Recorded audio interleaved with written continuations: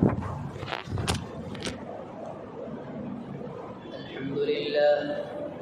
لله نحمده ونستعينه ونستغفره ونؤمن به ونتوكل عليه ونعوذ بالله من شرور أنفسنا ومن سيئات أعمالنا من يهد الله فلا مضل له ومن يضلله فلا هادي له ونشهد أن لا إله إلا الله وحده لا شريك له ونشهد أن سيدنا ومولانا محمدا عبده ورسوله أما بعد فأعوذ بالله من الشيطان الرجيم بسم الله الرحمن الرحيم يا أيها الذين آمنوا اتقوا الله وقولوا قولا سديدا وقال الله تبارك وتعالى في القرآن المجيد ونفس وما سواها فألهمها فجورها وتقواها قد أفلح من زكاها صدق الله العظيم. محترم حضرات، میں نے حضرات کے سامنے سورہ شمس کی جو تلاوت کی وَنَفْسٍ وَمَا سَوَّاهَا فَأَلْهَمَهَا فُجُورَهَا وَتَقْوَاهَا، ان آیتوں سے پہلے اللہ تبارک و تعالی نے زمین و آسمان کی، سورج اور چاند کی بڑی بڑی نشانی کی قسم کھا کر اللہ پاک نے آگے فرمایا ہے وَنَفْسٍ وَمَا سَوَّاهَا. اللہ آگے نفس کی قسم کھا رہے ہیں، تو اس نفس کی قسم جس نے اپنے ذات کو درست کر دیا. اللہ پاک نے اپنے نفس کے اندر دو چیزیں رکھی ہیں.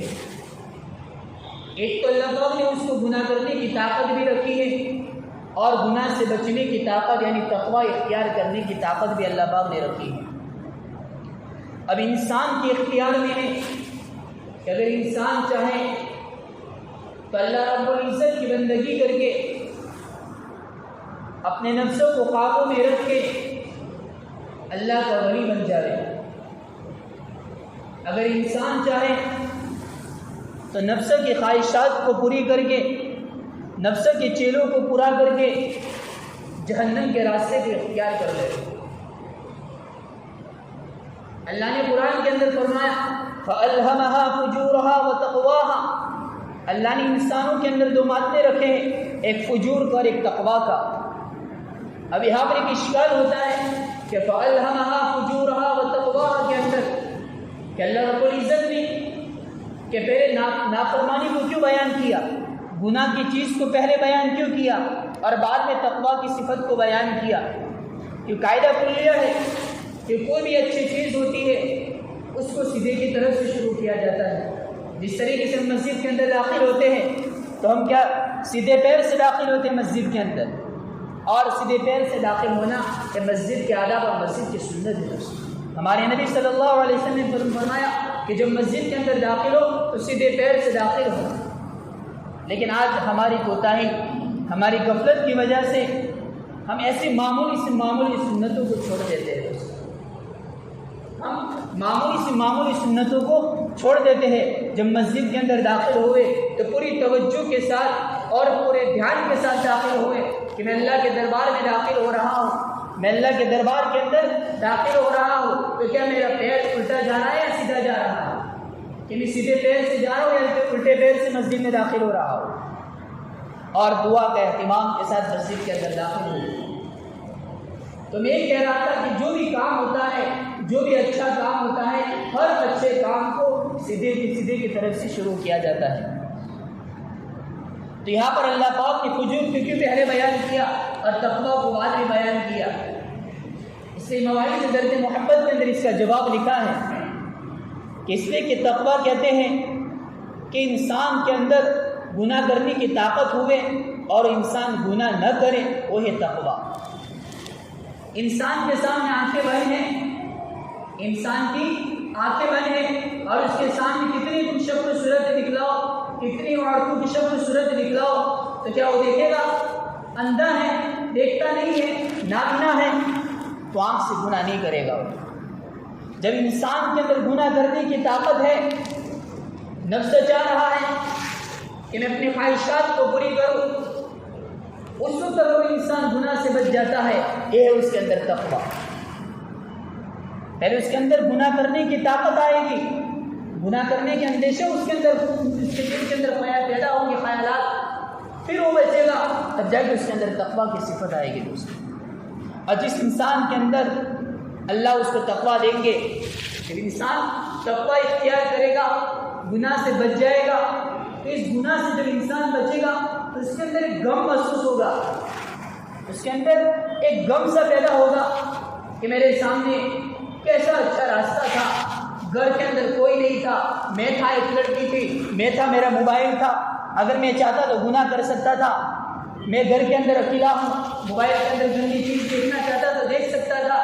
لیکن اگر اس نے اس وقت یہ سوچا کہ میرا اللہ مجھے دیکھ رہا ہے، میرا اللہ مجھے دیکھ رہا ہے، اس کو یہ غم ہوا کہ میرے گناہ کو کیوں چھوڑا، اس گناہ کو چھوڑنے کے غم کی وجہ سے اللہ اس کو اپنا قربہ دے دیتے ہیں، اس کو ایمان کی حلاوت مل جاتی ہے۔ اور جب انسان کو ایک ایمان کی مٹھاس مل جائے گی، ایک ایمان کی حلاوت مل جائے گی، اس کے سامنے کتنے ہی گناہ کے دروازے کھول ہوں گے لیکن اس کو کوئی اثر پڑنے والا نہیں ہے، کیونکہ اللہ نے کہا ہے کہ جو انسان پہلے گناہ سے بچ گیا، میرے سامنے آ کر سچے پکی توبہ کر لی اور میرا قرب مل گیا، میں اس کو گناہ سے بچا دوں گا، اس کو گناہ سے بچا دوں گا۔ اس سے اللہ نے کہا ہے یا ایھا الذین آمنوا اتقوا اللہ، اے ایمان والو تم اللہ سے ڈرو۔ اللہ نے یہ نہیں کہا کہ اے الذین آمنوا انسان سے ڈرو، اے ایمان والو انسان سے ڈرنے کا نہیں کہا، بلکہ اللہ نے کہا کہ اللہ سے ڈرو۔ اس کو مخاطب کیا ہے؟ ایمان والوں کو مخاطب کر کے اللہ فرما رہے ہیں۔ اور آگے ایک جگہ پر اللہ نے فرمایا کہ جو انسان اللہ سے ڈرے گا تو کیا ملے گا، تقوی اختیار کرے گا تو کچھ تو ملنا چاہیے۔ جس طریقے سے ہم دکان کے اندر کام کرتے ہیں، ہم چاہتے ہیں کہ میں اچھا کام کروں گا تو مجھے اچھے کام کرنے کے بدلے میں میرا شیخ خوش ہو کر مجھے کچھ نہ کچھ زیادہ دے گا، مجھے کچھ نہ کچھ دعا دے گا، خوش ہو جائے گا۔ اس طریقے سے انسان جب اللہ سے ڈرے گا، گناہوں سے اپنے آپ کو بچائے گا، تو اللہ نے اس کو کچھ دیں گے۔ وَاتَّقُوا اللَّهَ لَعَلَّكُمْ تُفْلِحُونَ، تم اللہ سے ڈرو گے اللہ تم کو کامیاب کر دے گا، اللہ تم کو ہر اعتبار سے کامیاب کر دے گا، تمہاری مصیبتیں دور ہو جائے گی۔ ایک جگہ تو اللہ نے فرمایا وَمَن يَتَّقِ اللَّهَ يَجْعَل لَّهُ مَخْرَجًا وَيَرْزُقْهُ مِنْ حَيْثُ لَا يَحْتَسِبُ۔ جب انسان اللہ سے ڈر کر زندگی گزارے گا، اللہ سے ڈر کر زندگی گزارے گا، ہر وقت اللہ کا خوف رکھے گا، تو اس کو اللہ تعالیٰ ایسی جگہ سے رزق دیں گے کہ اس کو کوئی گمان بھی نہیں ہوگا، وہ سوچتا رہ جائے گا کہ ایسی جگہ سے مجھے رزق ملا۔ میرے بھائیوں، یہ ہے زندگی ہماری، اللہ کو راضی کر کے زندگی گزارو دوستو، اللہ کو ناراض کر کے زندگی مت گزارو۔ نیکی کا کام کرنا، ہمارے حضرت مفتی عبدالرحمان صاحب نے ایک کسی اللہ کے ولی کے حوالے سے فرمایا تھا کہ نیکی کا کام کرنا ایک کوئی کمال کی بات نہیں ہے، نماز کا پڑھنا تو کمال کی بات نہیں ہے، سبحان اللہ کا پڑھنا تو کمال کی بات نہیں ہے، اصل تو قبول کروانا کمال ہے دوستو، اصل تو قبول کروانا کام ہے۔ پوری رات نماز پڑھتے رہے، پوری رات قرآن کی تلاوت کرتے رہے، اللہ قبول کرے، اگر اللہ نے قبول نہ کیا تو ہمارا کیا ہوگا دوستو؟ اصل قبول کروانا مقصد ہے دوستو۔ جب انسان اللہ سے ڈرے گا، ہر وقت خوف لے کر زندگی گزارے گا، تو اللہ اس کو قبول ہی کر دیں گے دوستو، اللہ اس کو قبول ہی کر دیں گے۔ لیکن ایسی زندگی، اللہ کا خوف، اللہ کا استحضار، جو بھی کام کرے اس سے پہلے سوچا کرے کہ یہ کام جو کر رہا ہوں یہ کام صحیح ہے کہ نہیں، میرے اس کام سے اللہ ناراض تو نہیں ہو رہے، اس کام سے تو اللہ کے نبی ناراض تو نہیں ہوں گے، جس نبی نے میرے لیے تکلیف اٹھائی تھی کیا اس نبی کی سنتوں کو چھوڑ کر تو نہیں ہو رہا؟ ذرا سوچے دوستو، کام کرنے سے پہلے سوچے دوستو۔ اللہ نے ایک جگہ تو یوں فرمایا یا ایھا الذین آمنوا اتقوا اللہ ولتنظر نفس ما قدمت لغد، اے ایمان والو تم اللہ سے ڈرو اور تم نے کل کے لیے کیا تیاری کر رکھی ہے، ولتنظر نفس ما قدمت لغد، تم نے کل کے لیے کیا تیاری کر رکھی ہے۔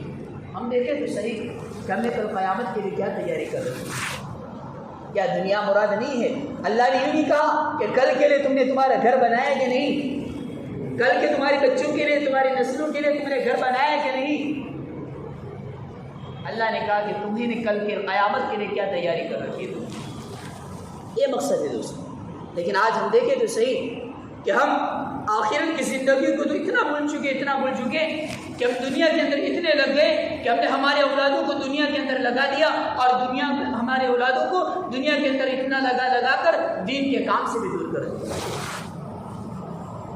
ہمارے اولادوں کو دین کے کام سے بھی دور کر دیا کہ ہمارا لباس، ہمارے اولادوں کا لباس اور ہمارے نبی کا لباس کیا تھا دوستوں، ہمارے نبی کا طریقہ کیا تھا اور ہمارا طریقہ کیا ہے دوستوں۔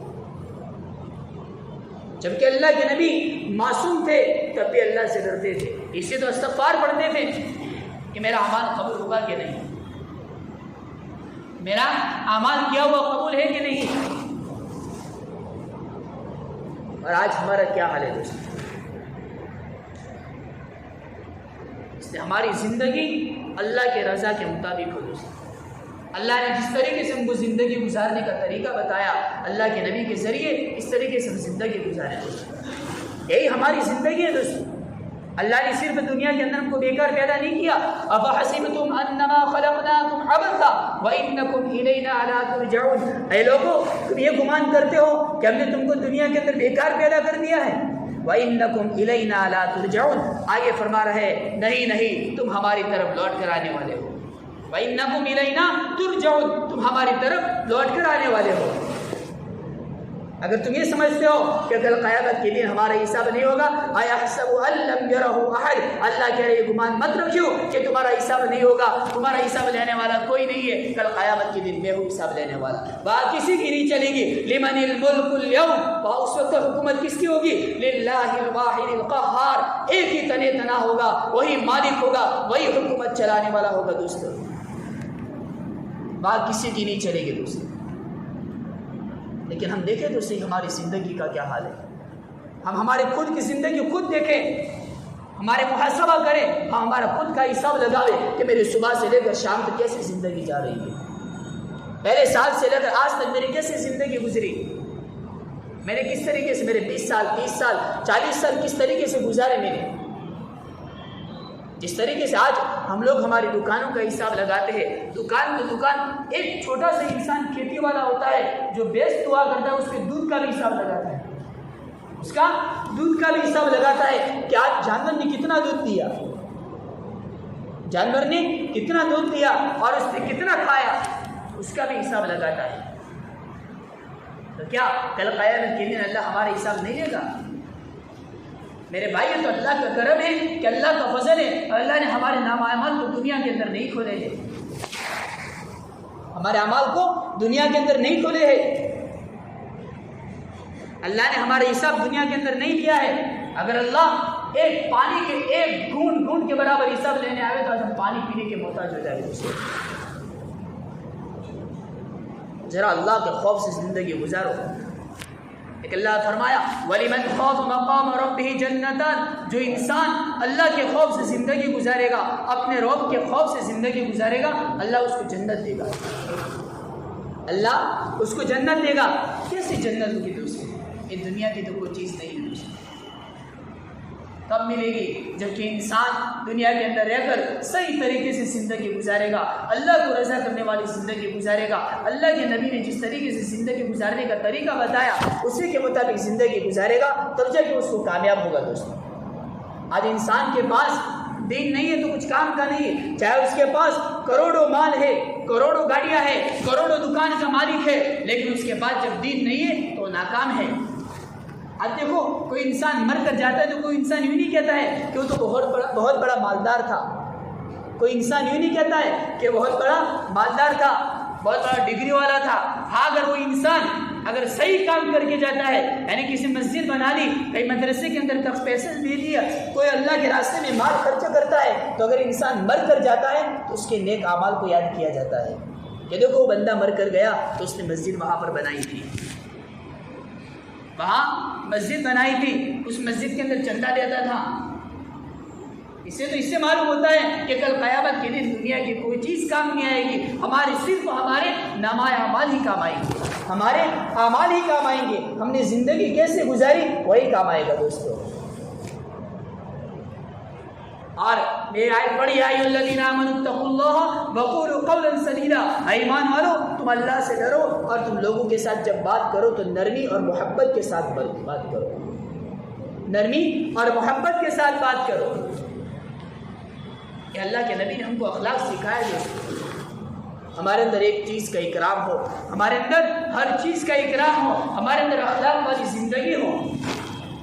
ایک حدیث بیان کر کے بات پوری کرتا ہوں۔ ایک مرتبہ حضرت سلمان فارسی رضی اللہ تعالیٰ عنہ اللہ کے نبی کے پاس پہنچے، اللہ کے نبی تکیے سے ٹیک لگائے ہوئے بیٹھے تھے۔ اللہ کے نبی نے فرمایا، اللہ کے نبی نے اپنے تکیے کو حضرت سلمان فارسی رضی اللہ تعالیٰ عنہ کو دے دیا، اکرام کے طور پر اپنا جو تکیہ تھا حضرت سلمان فارسی رضی اللہ تعالیٰ عنہ کو دے دیا۔ اور پھر اللہ کے نبی نے فرمایا کہ جو انسان اپنے آنے والے بھائی کا اکرام کرتا ہے، کھلانے کھلانے کا، صرف اگر اس کو تکیہ دیتا ہے، جو تکیہ ٹیک لگانے کے لیے بیٹھا ہے، آنے والے مہمان کو صرف تکیہ دیتا ہے، اللہ کے نبی نے فرمایا کہ ضرور اللہ اس کی مغفرت فرما دے۔ خالی تکیہ دینے سے اللہ اس کی مغفرت کریں گے۔ تو ہم لوگوں کے ساتھ اچھا برتاؤ کریں گے، لوگوں کے ساتھ اکرام کے ساتھ پیش آئیں گے، ہمارے گھروں کے اندر آنے والے مہمانوں کے ساتھ اکرام کے ساتھ پیش آئیں گے، تو اللہ ہم کو کہاں سے کہاں پہنچائے گا دوستوں۔ اس سے میرے بھائیوں ہماری زندگی ایسی زندگی گزارو کہ اللہ ہم سے راضی ہو جاوے اور اللہ کے نبی بھی ہم سے راضی ہو جاوے، نبی کی ایک ایک سنتوں پر زندگی گزارنے والے بنے۔ اللہ ہم تمام کو کہنے سننے سے زیادہ عمل کرنے کی توفیق عطا فرمائے، آمین۔